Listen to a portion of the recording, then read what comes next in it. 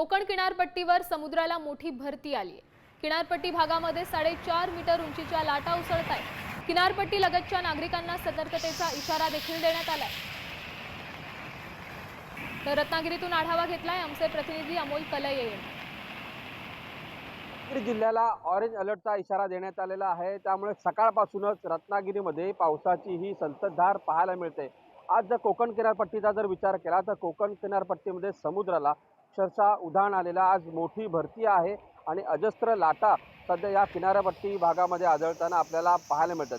आपण या रत्नागिरीतल्या मांडवी किनारपट्टी भागामध्ये आहोत आणि या मांडवी किनारपट्टी भागातली ही दृश्य आहेत।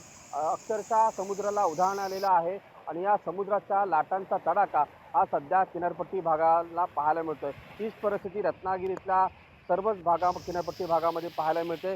मग हरणे असेल, दाभोळ असेल, गुहागर असेल, या सर्वच किनारपट्टी भागामध्ये सध्या या लाटांचा तडाखा असल्याचं पाहायला मिळतं। त्याच रत्नागिरीतल्या मांडवी किनारपट्टी भागातली ही दृश्य आहेत आणि या मांडवी किनारपट्टी भागामध्ये या अजस्त्र लाटांचा तडाखा सध्या आपल्याला बसल्याचं चित्र सध्या पाहायला मिळतंय। एकंदरीत आज रत्नागिरीला ऑरेंज अलर्टचा इशारा आहे। पुढचे 2 दिवस हा मुसळधार ते अतिमुसळधार पाऊस पडेल असा इशारा जो आहे तो हवामान खात्याने दिलेला आहे। अमोल कले, साम टीव्ही, रत्नागिरी। आता isakal.com आहे देशातील नंबर 1 ची मराठी न्यूज वेबसाईट। प्रत्येक अपडेटसाठी isakal.com ला नक्की भेट द्या।